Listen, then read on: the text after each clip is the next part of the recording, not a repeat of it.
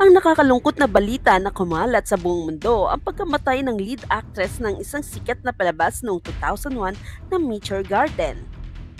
At ito ay si Barbie Hsu na kilala na gumanap bilang si Sunshine at namatay lamang itong February 2, 2025 dahil sa sakit ng pneumonia na nangyari sa bansang Japan.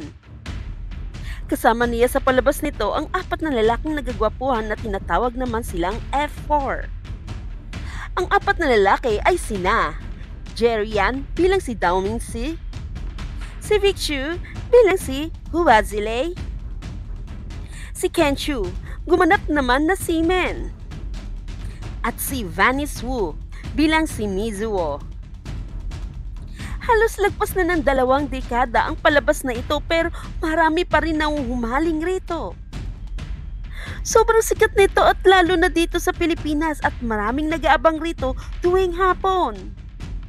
Ngayon, saan ba talaga nagmula ang Meteor Garden? Bakit hanggang sa ngayon ay napakasikat at kilalang kilala pa rin ito? Sino nga ba ang may likha ng kwento nito? Tara, alamin natin ang histeryo ng Meteor Garden.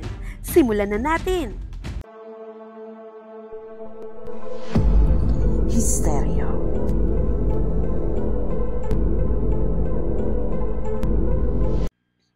Ang Meteor Garden ay isang live-action Taiwanese drama noong 2001.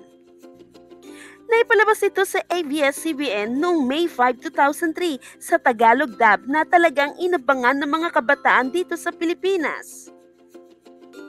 Sa katunayan, maski ang mga nanay ay nakaabang din sa palabas na ito noon. Sino ba naman ang hindi matutuwa at kikiligin sa palabas? Ito lang naman ang palabas na magpapabilis sa kiligin ang mga kabataan sa mapantasyang Cinderellang buhay ng bida na si Sunshine. Kung saan ang bida ay nakapag-aral sa isang exclusive school na halos mayayaman lamang ang mga nag-aaral rito. At nakilala pa niya ang F4 na sikat sa school na ito. Dito na kasi naging magulo at nabuo ang pag-ibig ni Sunshine sa pagkatao ni Dao Mingsi. Pati ang theme song ng palabas kahit hindi naintindihan dahil sa iba ang lingwahe nito ay talagang naging paborito at nakakanta pa nga ng mga kabataan nito noon hanggang sa ngayon. May ituturing talaga na ang The Meteor Garden Fever ito sa Pilipinas. At nagkaroon na nga ng iba't ibang adaptation nito sa iba't ibang bansa. Ngayon, saan nga ba nagsimula ang Meteor Garden at saan ito binase? Ang Meteor Garden ay isang live-action na Taiwanese drama na isang adaptation lamang na galing sa isang manga series na Hanayori Dango. Ang Hanayori Dango o sa English ay Boys Over Flowers na lilikha ng isang Japanese artist na si Yoko Kamiyo. Si Yoko Kamiyo ay isang Japanese manga artist na isinilang sa Tokyo, Japan noong June 29, 1966. Nasimula likhain ang manga nito ni Yoko Kamiyo noong taong 1992 hanggang 2003. At binuo ito ng 37 tankobon volumes sa pagitan ng 1992 to 2008.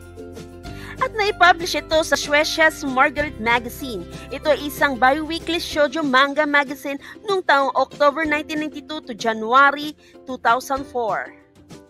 Ang manga na ito ay nagkaroon ng lisensya sa Viz Media na hawak ng North America para sa magkaroon ng English dub version ito na release sa pagitan ng 2003 to 2009. Ngunit ang bidang babae dito ay hindi si Sunshine, kundi si Makino Tsukishi kasama ang F4. Sa katunayan, ang manunulat na si Kamiyo ay walang intensyon na maging isang professional na manga artist noong siya ay bata pa. Sa halip ay piniling maging isang waitress.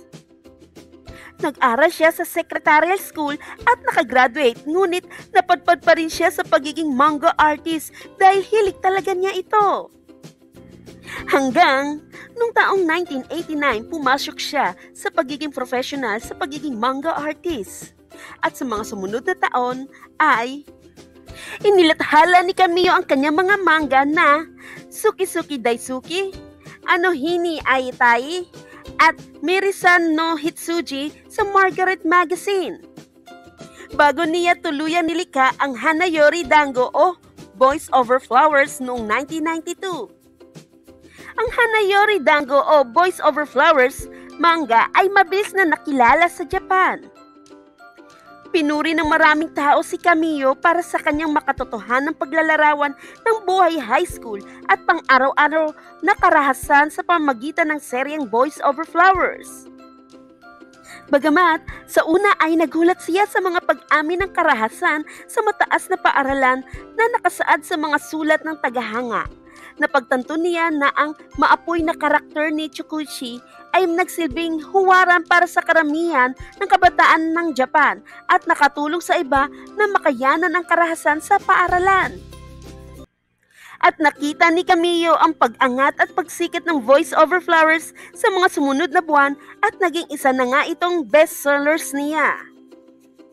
Ang Voice Over Flowers series ay naipublish din sa mga lengguwahe na hindi lamang sa salitang Japanese, kundi sa lengguwahe din na Mandarin, Cantonese, Thai, Korean, French at English.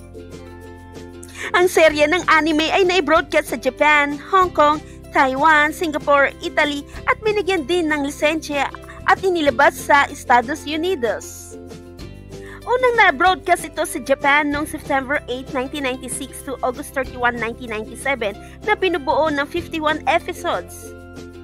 At dinirect ni Shigeyasu Yamachi na hinawakan ng Toei Animation at ng broadcast on television sa Asahi Broadcasting Corporation sa TV Asahi. Ang Hanayori Dango o Boys Over Flowers ay napanalunan ang 41st Shogakukan Manga Award for the Shoujo category noong 1996. At noong February 2015, ang manga series na ito ay nakabuo na ng 61 million copies na naging best-selling manga series of all time at best-selling shoujo manga of all time. At noong April 2023 ay nagkapit ito ng the Guinness World Records has officially certified Voice Over Flowers as having the most published copies of a shoujo manga series written by a single author lamang. Ang manga series na Hanayori Dango ay lalong sumikat na ipinalabas ang Taiwanese drama series nito na Meteor Garden na hinawakan ng Comics Reads International Production. Nabago nga lang ang title nito na Meteor Garden dahil mas naangkop daw ang title nito sa napapaloob ng kwento.